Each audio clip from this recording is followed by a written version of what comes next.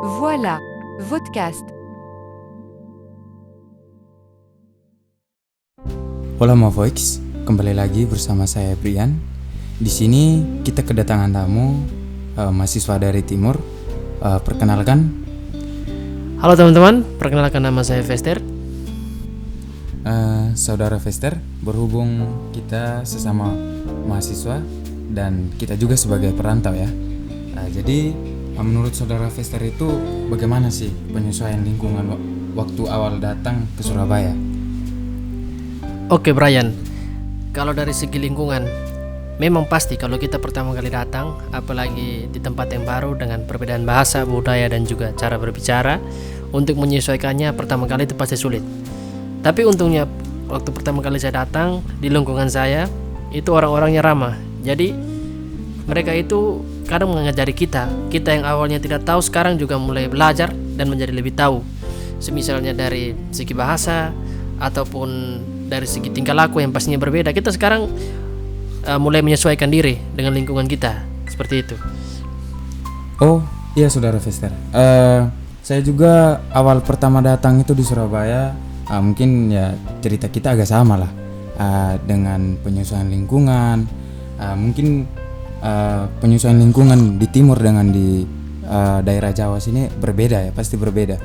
Tapi setidaknya kita juga bersyukur kita dari sesama mahasiswa dari timur kita bisa bertemu, saling sharing bagaimana pengalaman yang ada di Surabaya sebagai perantau. Jadi begini saudara Vester, pertanyaan yang kedua itu mungkin lebih pada apakah saudara Vester itu merasa tertekan atau malah lebih bebas di Surabaya ketimbang di timur? Nah ini suatu pertanyaan yang bagus ya dari saudara Brian. Ketika pertama kali saya datang itu, awalnya saya rasa bahwa saya di lingkungan yang baru. Ketika di lingkungan yang baru, pastinya saya apalagi jauh dari orang tua ya, apalagi mahasiswa perantau, pastinya bebas lah, merasa lebih bebas. Nah, tetapi mungkin di beberapa tempat, apalagi mungkin karena kita tahu lah beberapa orang mungkin ada yang menyukai dan tidak menyukai kita. Jadi di satu sisi itu kita kadang merasa posisi kita itu sedikit tertekan. Kenapa? Karena banyak masyarakat atau beberapa orang itu tidak menginginkan kehadiran kita. Nah tapi ya saya awalnya juga berpikirnya ya santai aja lah, enjoy lah. Mungkin beberapa orang tidak menyukai, tapi mungkin masih banyak yang menyukai kita. Jadi ya sampai sekarang saya sih hidupnya enjoy aja, santai seperti itu sih. Kalau untuk lebih bebas ya pastinya lebih bebas, karena ya tahulah jauh dari orang tua. Ya berbicara soal tertekan dan ya soal bebas lah. Mumpung kita dua sama-sama dari timur ya, mungkin kebiasaan di timur itu kan ya pasti saudara Vester tahu tentang minuman alkohol atau yang biasa lebih dekatnya itu kalau di orang timur dengan sebutan moke lah. Jadi apakah saudara Vester itu pernah merasakan atau ya tahulah sifatnya anak muda zaman sekarang minum atau gimana lah begitu? Ya kalau berbicara soal minum, pastinya anak timur itu dekatlah dengan hal tersebut.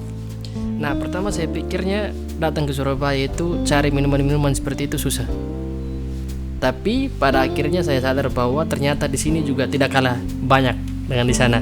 Apalagi juga banyak mahasiswa timur yang datang ke sini, khususnya di Surabaya. Jadi ya kebiasaan kami tetap berlanjut sampai dengan sekarang.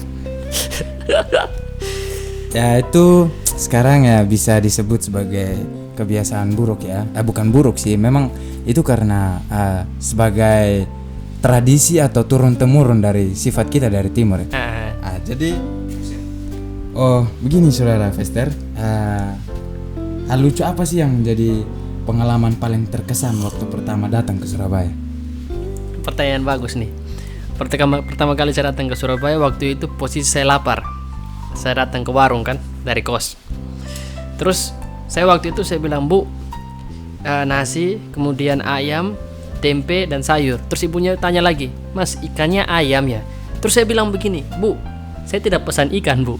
Kan saya juga tidak mengerti artinya ikan itu dalam bahasa Jawa sebenarnya lauk. Saya tunjuknya ayam, Bu, saya maunya ayam. Karena dari situ ya banyak orang yang lihat saya kemudian senyum kan. Saya bilang, "Loh kenapa mereka senyum dan saya?" Terakhir ibunya jelasin, Mas, ikan itu dalam bahasa Jawa artinya lauk kalau bahasa sini. Oh, dari situ. Itu pengalaman paling berkesan dan hal lucu yang istilahnya saya lakukan di tempat umum dan banyak orang di situ. Oke teman-teman, itu pembahasan podcast dari kami. Sampai bertemu kembali di podcast selanjutnya. See you.